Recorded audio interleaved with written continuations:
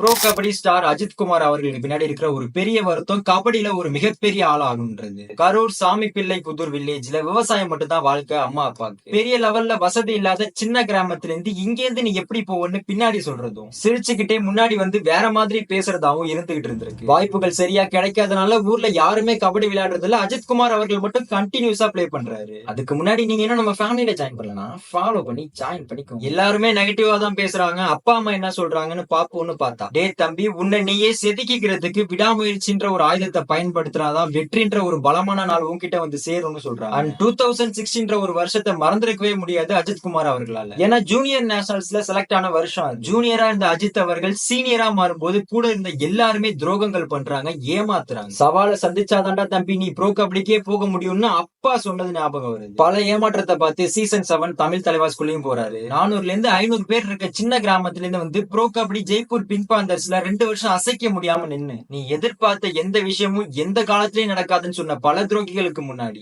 எதிர்பார்க்காத பல விஷயத்த ப்ரோ கபடியில நடத்தி காட்டியிருக்காருன்றத ஒரு கபடி லவர்ஸும் தெரிஞ்சுக்கணும்.